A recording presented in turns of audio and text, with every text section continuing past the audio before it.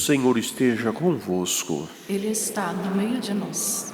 Proclamação do Evangelho de Jesus Cristo segundo Mateus.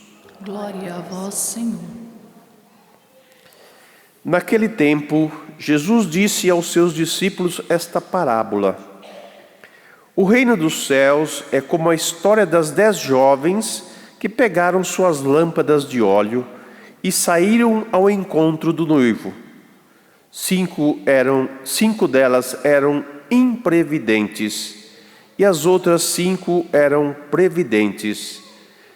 As imprevidentes pegaram as suas lâmpadas, mas não levaram óleo consigo. As previdentes, porém, levaram vasilhas de óleo junto com as lâmpadas.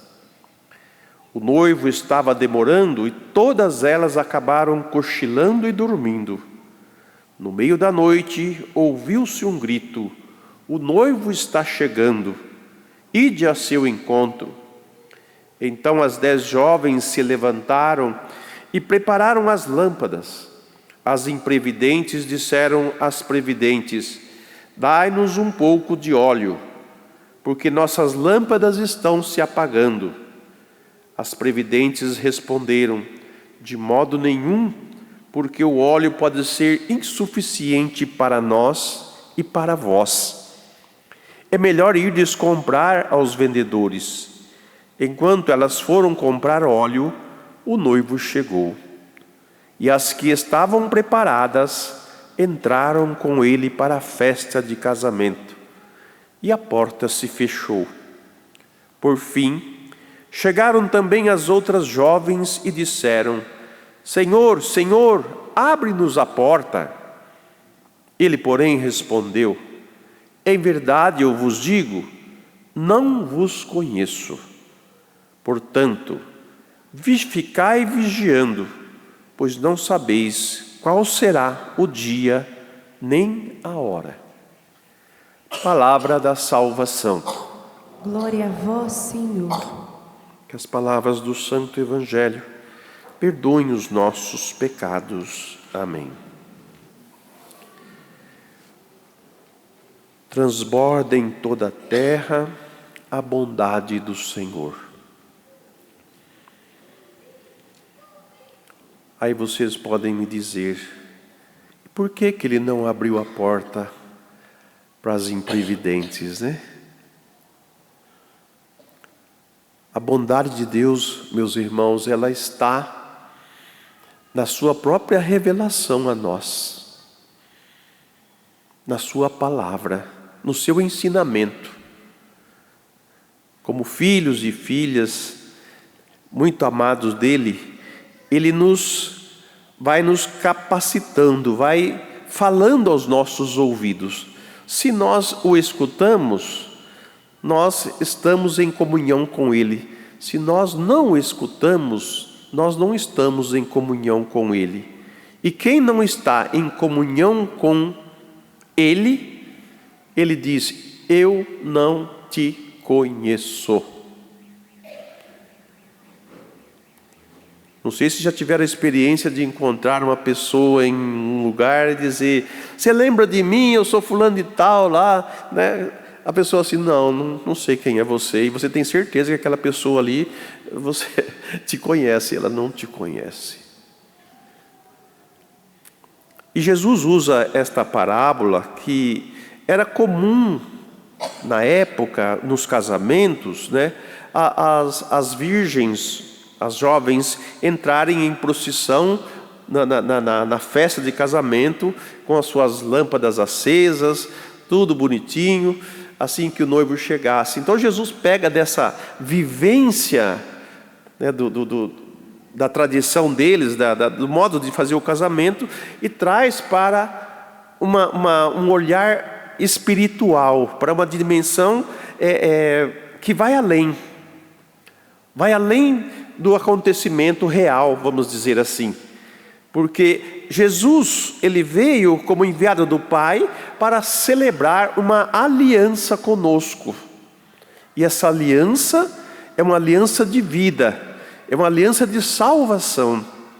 E quem não está nesta aliança, quem não está nesta comunhão com Ele, não participará desse momento de entrada para as bodas de casamento. Aqui é usado as lâmpadas e dois verbos, né? Aliás, um verbo só, né? Não, dois verbos. O verbo da providentes e das improvidentes. A providente é aquela que pensa, né, no caminho que vai fazer, na festa que vai acontecer, e se ela vai ter o material suficiente para ir até o fim. Era assim, é isso que quer dizer das providentes, né? Elas pensaram, né? Não sabemos que hora o noivo vai chegar. E se ele chegar de madrugada? E se ele chegar tal hora? Se ele chegar cedo, ainda temos óleo. Mas então pensa antes as coisas para ter uma segurança e não pagar a bico, né? Não cometer um erro. Então as outras não. As outras simplesmente pegaram a lâmpada, puseram óleo, nem pensaram se o noivo ia demorar ou não ia demorar. E acontece tudo isso. Mas isso nós trazendo para a nossa vida espiritual, para a nossa vida de comunhão com Deus, é com esse óleo que nós mantemos as nossas lâmpadas acesas. E entramos nas bodas do Cordeiro, entramos na comunhão do Cordeiro. É o óleo da intimidade minha com Deus. Se eu a tenho, se eu busco prover, né, a minha vida nessa intimidade, eu entro na festa de casamento. Mas se eu não manter essa intimidade, eu vou receber essa resposta: não te conheço. Você pode até ter dito que me conhece, que é íntimo de mim, mas eu não te conheço, porque você não faz parte da minha intimidade. Você não comunga comigo. Você não acredita em mim, usando os elementos da fé. Então esta parábola que Jesus coloca para os discípulos é para eles buscarem no cotidiano da sua vida, ou no tempo que nós temos, né, o azeite ou o óleo ou as condições que me garanta a entrada nas núpcias do Cordeiro, que me garanta a entrada na festa que está reservada para todos nós. Porque se eu não alimentar isso, não fomentar isso daí, eu vou ter esta palavra, né, dura, de que eu não te conheço. E Jesus, no final desse evangelho, vai dizer: portanto, ficai vigiando. Esse é o azeite que nós temos que ter, da vigilância. Ficai vigiando, pois não sabeis qual será o dia e nem a hora que o Senhor vai chegar e vai nos introduzir na festa do banquete. É um alerta que Jesus já faz para os discípulos e para todos nós. E a comunidade cristã, sobretudo a comunidade de Coríntios, eles enfrentavam bastante dificuldades, porque havia duas mentalidades, que era a mentalidade dos pagãos, né, e a dos judeus ali presente. Cristo não me enviou para batizar, mas para pregar a boa nova da salvação, sem me valer dos recursos da oratória, para não privar a cruz de Cristo. Qual foi o marco da vida de Cristo, ou qual foi o selo usado por Deus para certificar, para autenticar que aquele que é o seu enviado, aquele que é o seu filho muito amado, aquele que tudo que ele falou se cumpriu e ele vai cumprir o que prometeu? Com que maneira ele selou esta aliança? Com a sua morte na cruz. que era a morte dada às pessoas mais baixas e mais, era vamos dizer assim, o modo de tortura mais terrível que havia na época. Então era difícil para um pagão ou para um grego que buscava a sabedoria, que buscava, né? Como muitas das vezes nós encontramos, né? Não, eu tenho conhecimento, e aquele que tem o conhecimento, no meio de quem não conhece nada, domina, né? Eu tenho conhecimento das coisas, então ele acha que pelo conhecimento nós dominamos as coisas. Os gregos buscavam conhecimento, né? E os judeus buscavam sinais vindos do céu, né? Coisas assim estrondosas. E de repente Jesus, eles veem que aquele Messias, que embora tenha curado cegos, paralíticos, expulsado os demônios, né? Para eles não era suficiente aqueles sinais, e ainda morreu na cruz como um maldito. Então para um era insensatez, para o outro era, falta de sabedoria, era escândalo, aliás, para o judeu era escândalo, insensatez para os pagãos, porque onde já se viu um Deus se humilhar tanto e morrer?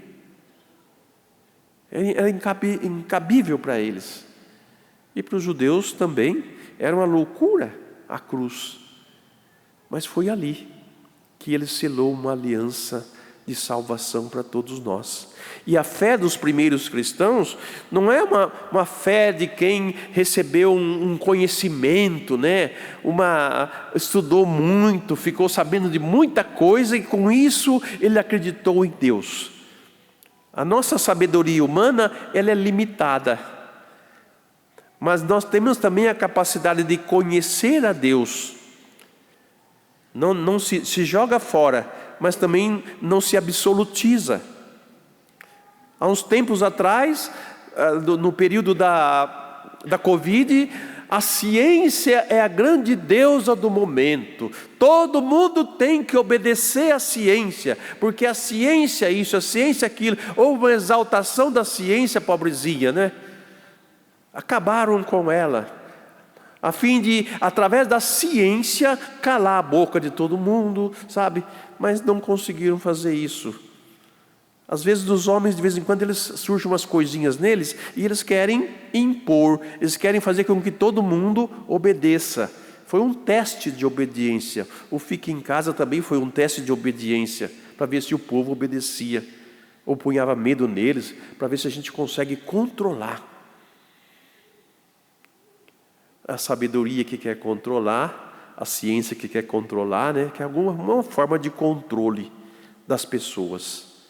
Ao passo que a fé, ela é um ato livre de nossa parte em Deus. Eu acredito em Deus, mesmo que eu não tenha todo o conhecimento dele, mesmo que eu não tenha todo o entendimento dele, eu confio em Deus. Porque Deus se deu a nós, se revelou a nós na simplicidade. E Paulo, que tentou com os recursos da sabedoria, da oratória, convencer o pessoal lá do Areópago, né, se viu frustrado, porque nem todo mundo quis dar ouvido para ele. E ele vai dizer, eu não vou mais usar esses recursos agora, porque o meu recurso é a cruz de Cristo. Não existe um sinal maior do que a cruz de Cristo. Portanto, eu vou agora pregar Cristo e Cristo crucificado. Coisa que ninguém quer. Sofrimento, ninguém quer, se diminuir, ser pequeno. Há uma briga.